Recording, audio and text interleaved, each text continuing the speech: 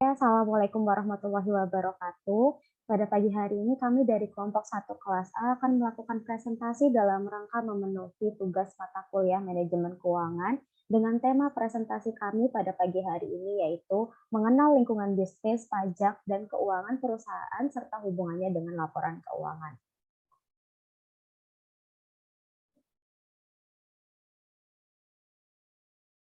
Berikut adalah nama anggota kelompok kami. Yang pertama ada Dea Maizulianda Putri. Yang kedua ada Ninyoman Sarastri Rahayu. Yang ketiga ada Reni Anggraini. Yang ketiga ada Siswan Dika Saputra. Dan yang terakhir ada saya sendiri yaitu Siti Rahmayani.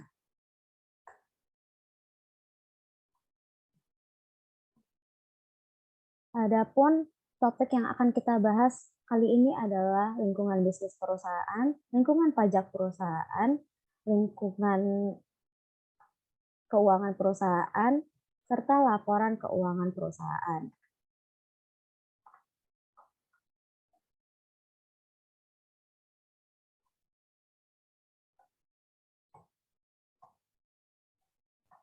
Topik pertama kita adalah lingkungan bisnis perusahaan. Apa sih lingkungan perusahaan itu?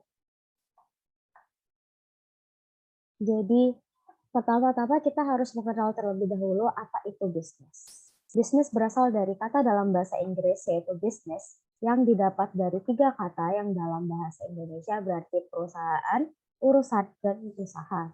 Salah satu definisi bisnis yang dikemukakan oleh Ebert di mana dia mengemukakan bahwa bisnis adalah sebuah organisasi yang mengelola barang dan jasa untuk memperoleh laba. Sementara itu, menurut Kamus Besar Bahasa Indonesia atau KBBI, lingkungan adalah semua yang mempengaruhi pertumbuhan manusia dan hewan.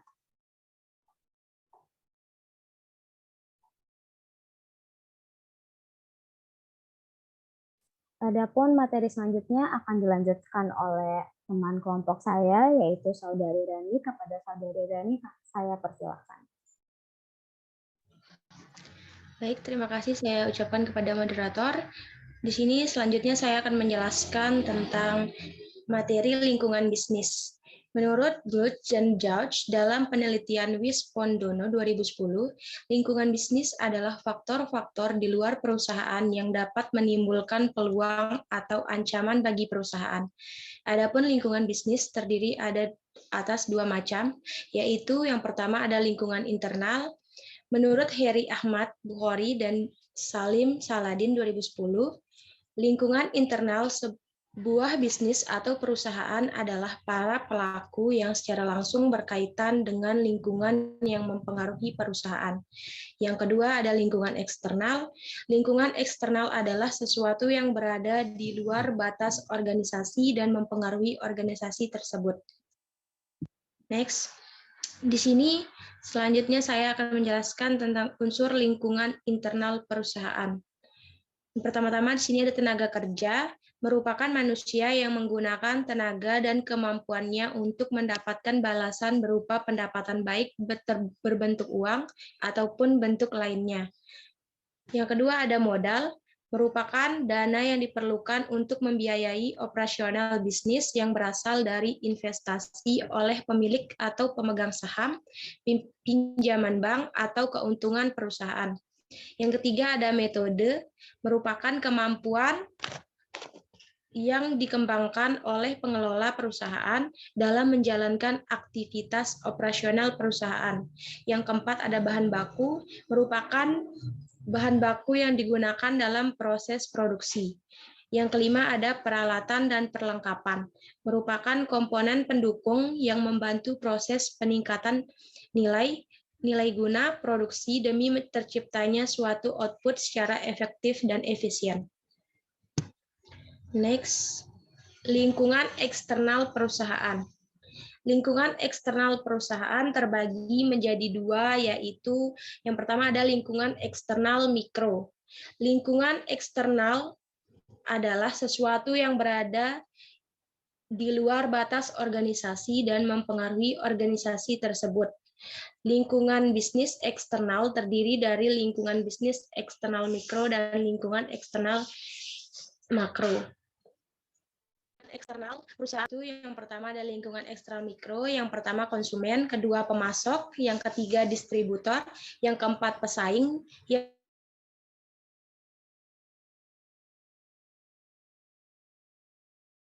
lokal. Selanjutnya ada lingkungan eksternal makro. Yang pertama ada lingkungan perekonomian, yang kedua lingkungan teknologi dan informasi, yang ketiga lingkungan hukum dan politik, yang keempat lingkungan sosial dan budaya, yang keenam ada lingkungan global, lingkungan demografis, dan terakhir ada lingkungan alam. Selanjutnya yang kedua ada lingkungan pajak perusahaan. Pajak menurut Profesor Dr. Rohmat mengemukakan definisi pajak sebagai iuran rakyat kepada kas negara berdasarkan undang-undang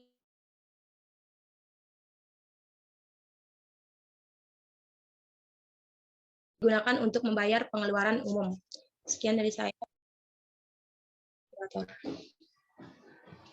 Baik, terima kasih kepada Saudari Reni. Dan materi selanjutnya akan dilanjutkan oleh teman kelompok saya, yaitu Saudari Saras. Kepada Saudari Saras, kami persilahkan. Baik, terima kasih sebelumnya kepada moderator. Di sini saya akan menjelaskan tentang jenis-jenis pajak. Jenis-jenis pajak ini dapat digolongkan menjadi 3 jenis. Yang pertama berdasarkan golongan, yang kedua berdasarkan sifat, dan yang ketiga berdasarkan lembaga pemungut. Yang pertama berdasarkan golongan ini pajak dapat dikelompokkan menjadi 2, yaitu pajak langsung dan pajak tidak langsung. Pajak langsung ini dapat diartikan yaitu pajak yang harus dipikul atau ditanggung sendiri oleh wajib pajak dan tidak dapat dilimpahkan atau dibebankan kepada orang lain atau pihak manapun. Pajak harus menjadi beban wajib pajak yang bersangkutan. Contohnya itu seperti pajak penghasilan atau PPH. PPH dibayar atau ditanggung oleh pihak-pihak tertentu yang memperoleh penghasilan tersebut. Kemudian ada pajak tidak langsung. Pajak tidak langsung ini kebalikannya dari pajak langsung, yang artinya pajak yang pada akhirnya dapat dibebankan atau dilimpahkan kepada orang lain atau pihak ketiga. Pajak tidak langsung terjadi jika terdapat suatu kegiatan, peristiwa, atau perbuatan yang menyebabkan terutangnya pajak. Misalnya terjadi penyerahan barang atau jasa, contohnya itu seperti pajak pertambahan nilai atau PPN. PPN terjadi karena terdapat pertambahan nilai terhadap barang atau jasa. Kemudian yang kedua ada berdasarkan sifat. Berdasarkan sifat ini juga dapat digolongkan menjadi 2, yaitu pajak subjektif dan pajak objektif. Pajak subjektif adalah pajak yang pengenaannya memperhatikan keadaan pribadi, wajib pajak, atau pengenaan pajak yang memperhatikan keadaan subjeknya. Contohnya itu seperti pajak penghasilan atau PPH. Kemudian pajak objektif. Pajak objektif ini pajak yang pengenaannya memperhatikan objeknya, baik berupa benda, keadaan, perbuatan, atau peristiwa yang mengakibatkan timbulnya kewajiban membayar pajak tanpa memperhatikan keadaan pribadi subjek pajak atau wajib pajak maupun tempat tinggal. Contohnya seperti pajak pertambahan nilai atau PPN, pajak penjualan atas barang mewah atau PPNBM, serta pajak bumi dan bangunan atau PBB. Kemudian yang ketiga ada berdasarkan lembaga pemungut. Ini juga dikelompokkan menjadi 2, yaitu pajak negara atau pajak pusat. Yang artinya pajak negara yang artinya pajak yang dipungut oleh pemerintah pusat dan digunakan untuk membiayai rumah tangga negara pada umumnya. Contohnya seperti PPH, PPN dan PPNBM, PBB serta biaya perolehan hak atas tanah dan bangunan. Kemudian ada pajak daerah yang artinya pajak yang dipungut oleh pemerintah daerah, baik daerah tingkat pertama atau pajak provinsi maupun daerah tingkat kedua atau pajak kabupaten atau kota, dan digunakan untuk membiayai rumah tangga daerah masing-masing. Pajak provinsi meliputi pajak kendaraan bermotor dan kendaraan di atas air, biaya balik nama kendaraan bermotor dan kendaraan di atas air, pajak bahan bakar kendaraan bermotor, kotor, serta pajak pengambilan dan pemanfaatan air bawah tanah dan air permukaan. Kemudian pajak kabupaten atau kota meliputi pajak hotel, pajak restoran, pajak hiburan, pajak reklame, pajak penerangan jalan, pajak pengambilan bahan galian golongan C, dan pajak parkiran. Selanjutnya,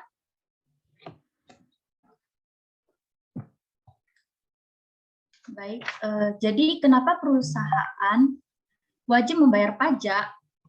Karena bagi perusahaan membayar pajak turut memperlancar operasi usaha mereka. Pembayaran pajak ini menjadi bukti bakti serta bentuk kontribusi nyata kepada negara. Membayar pajak pun sudah menjadi kewajiban sehingga melanggarnya akan memberikan sanksi hukuman. Hal ini diatur dalam UU nomor 28 tahun 2007. Lanjut.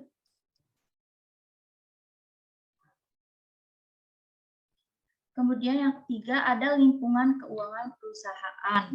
Jadi di sini saya akan menjelaskan pengertian keuangan. Menurut Barlian, keuangan adalah ilmu dan seni dalam mengelola uang yang mempengaruhi kehidupan setiap orang dan setiap organisasi. Keuangan berhubungan dengan proses, lembaga, pasar, dan instrumen lain yang terlibat dalam transfer uang di antara individu maupun antara bisnis dan pemerintah. Selanjutnya saya akan kembalikan kepada moderator. Terima kasih. Baik, terima kasih Saudari Saras. Materi selanjutnya akan disampaikan oleh anggota kelompok kami, yaitu Saudara Andika. Kepada Saudara Andika kami persilakan. Ya, terima kasih saya sampaikan kepada moderator. Saya akan melanjutkan materi dari teman saya, yaitu Saras. Yang selanjutnya itu lingkungan keuangan dalam perusahaan. Lingkungan keuangan dalam perusahaan ini erat kaitannya dengan lembaga, keuangan, dan pasar melayani perusahaan, bisnis, individu, dan pemerintah. Contohnya, seperti bank, perusahaan asuransi, dan lainnya. Lembaga keuangan ini bertujuan untuk mengalokasikan tabungan kepada para pemakai akhir secara efisien. Dalam perusahaan, keuangan perusahaan yang lancar dan sehat, maka dapat memungkinkan perusahaan untuk beroperasi dengan baik. Yang keempat, laporan keuangan perusahaan. Hubungan antara laporan keuangan perusahaan dengan lingkungan bisnis, lingkungan pajak perusahaan, dan lingkungan keuangan perusahaan. Laporan keuangan adalah suatu laporan yang menggambarkan posisi keuangan dari hasil suatu proses akuntansi selama periode tertentu yang digunakan sebagai sarana komunikasi bagi pihak-pihak yang berkepentingan. Tujuan laporan keuangan. 1. Memberikan informasi tentang jenis dan jumlah aktiva harta yang dimiliki perusahaan pada saat ini. Yang kedua, memberikan informasi tentang jenis dan jumlah kewajiban serta modal yang dimiliki perusahaan pada saat ini. Yang ketiga, memberikan informasi tentang jenis dan jumlah pendapatan yang diperoleh pada suatu periode tertentu. Yang keempat, memberikan informasi tentang jumlah biaya dan jenis biaya yang dikeluarkan perusahaan dalam suatu periode tertentu. Yang kelima, memberikan informasi tentang perubahan-perubahan yang terkait terhadap aktiva, pasiva, dan modal perusahaan. Yang keenam, memberikan informasi tentang kinerja manajemen perusahaan dalam suatu periode. Yang ketujuh, memberikan informasi tentang catatan-catatan atas laporan keuangan. Selanjutnya bisa kita lihat di slide ini, hubungan laporan keuangan dengan lingkungan bisnis baik pajak dan keuangan. Apakah bisa terlihat jelas? Di posisi paling atas yaitu lingkungan bisnis, yang di bawah itu laporan keuangan, di samping kiri kanan itu lingkungan pajak dan lingkungan keuangan. Sekian, terima kasih saya sampaikan kepada moderator. Saya kembalikan kepada moderator. Baik, terima kasih Saudara Andika. Untuk materi selanjutnya akan disampaikan oleh anggota kelompok kami, yaitu Saudari Dea. Kepada Saudari Dea, kami persilakan.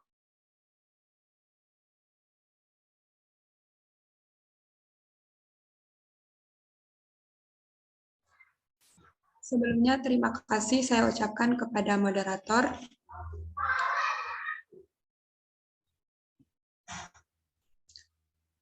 Baik, di sini saya akan menjelaskan mengenai hubungan antara laporan keuangan dan lingkungan bisnis perusahaan. Jadi, apa sih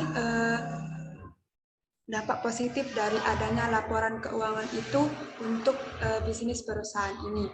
Yang pertama yaitu memberikan informasi jelas tentang kondisi keuangan perusahaan untuk para calon investor yang hendak melakukan investasi ke perusahaan tersebut. Yang kedua yaitu dari sudut pelanggan. Laporan keuangan bisa menjadi pegangan untuk percaya dengan suatu perusahaan. Jika pelanggan terkait kontrak jangka panjang, laporan keuangan yang stabil berarti perusahaan akan aman. Tapi jika laporan keuangan berantakan dan tiba-tiba perusahaan harus mendeklarasikan bangkrut atau pailit, maka pelanggan dengan kontrak jangka panjang akan dirugikan untuk perkara ini. Yang ketiga adalah pentingnya laporan keuangan bagi karyawan perusahaan. Laporan keuangan memberitahukan kondisi perusahaan, mengingat para karyawan yang bekerja di perusahaan tersebut bergantung pada gaji dari perusahaan. Maka dengan laporan keuangan yang stabil, tentunya karyawan akan lebih percaya kepada perusahaan. Karyawan pun akan merasa betah bekerja di perusahaan tersebut. Dan yang terakhir yaitu untuk pemegang saham. Perusahaan dengan kondisi keuangan yang stabil tentunya akan lebih dipercaya bagi pemegang saham. Jika suatu perusahaan memiliki kondisi keuangan yang stabil dan baik, berarti peluang sahamnya bernilai tinggi.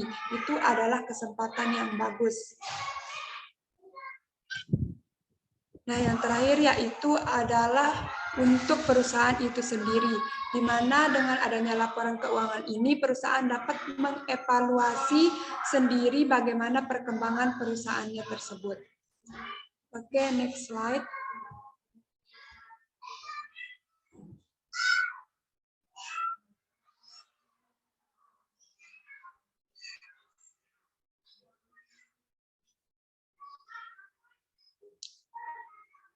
Selanjutnya adalah hubungan antara laporan keuangan dan lingkungan pajak perusahaan.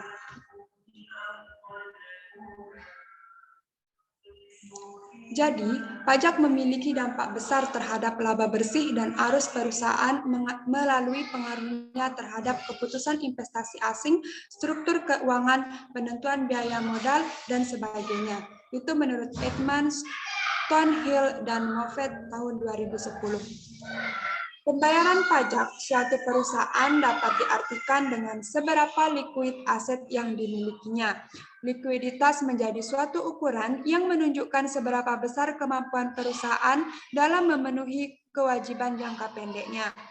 Suatu perusahaan dengan tingkat likuiditas yang lebih tinggi dianggap lebih patuh dalam pemenuhan pajaknya daripada perusahaan dengan tingkat likuiditas yang rendah, karena likuiditas diukur dengan membandingkan besarnya total aset lancar dengan utang lancar yang dimiliki perusahaan.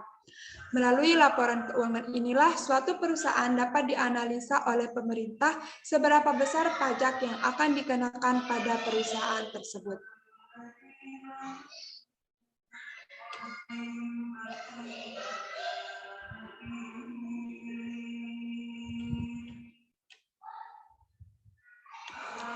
Oke, selanjutnya adalah hubungan laporan keuangan dan lingkungan keuangan perusahaan.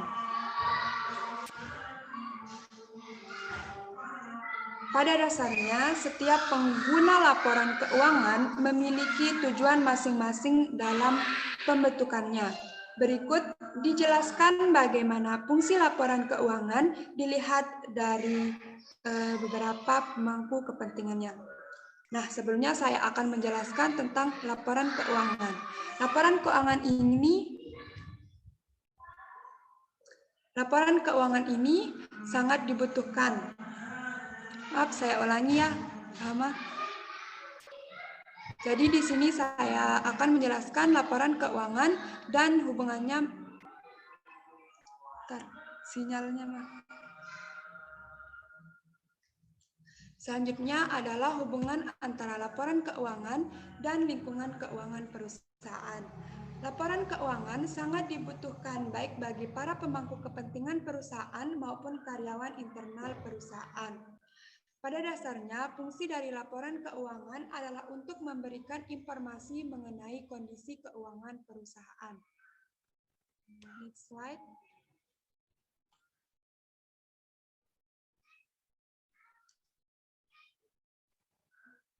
Laporan keuangan memiliki tujuan masing-masing dalam pembentukannya.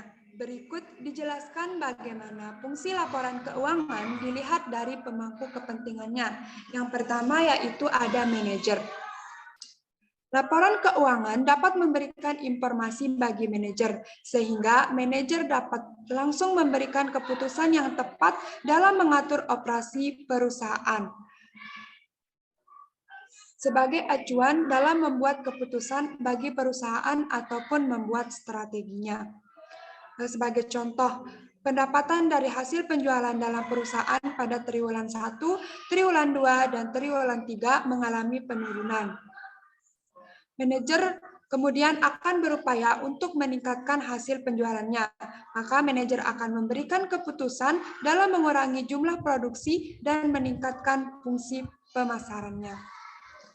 Yang kedua adalah untuk pegawai.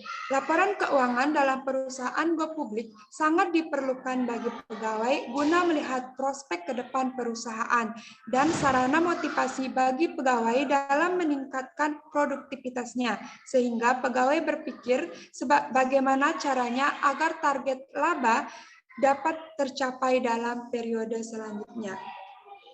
Kemudian yang terakhir yaitu bagi investor. Laporan keuangan berfungsi pula untuk para investor yang menanam sahamnya atau menginvestasikan dananya pada perusahaan. Tujuan para investor adalah agar ia mendapatkan dividen dari perusahaan. Maka dari itu, seorang investor yang ingin menanamkan modalnya dalam suatu perusahaan membutuhkan informasi yang berkaitan dengan kinerja dan laporan perusahaan. Salah satunya adalah laporan keuangan. Karena dengan melihat laporan keuangan, investor akan dapat menilai seberapa besar keuntungan perusahaan setiap tahunnya. Dilihat dari laporan laba rugi yang ada. Selain itu, investor akan dapat menilai bentuk apa saja, dari mana saja modal yang tersedia dalam perusahaan tersebut. Mungkin hanya itu yang bisa saya jelaskan. Saya kembalikan ke moderator. Baik, terima kasih Saudari Dea atas penyampaian materinya. Berikut adalah referensi dan daftar pustaka di mana kami mengambil referensi untuk membuat presentasi kami pada pagi hari ini.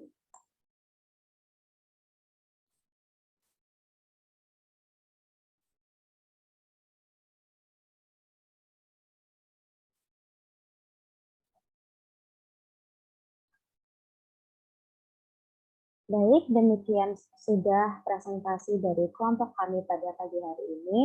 Mohon maaf apabila masih terdapat kesalahan baik dari segi pemberian materi maupun dari segi penyampaian materi yang telah kami lakukan sebelumnya. Akhir kata, kami mengucapkan terima kasih atas perhatiannya. Wassalamualaikum warahmatullahi wabarakatuh.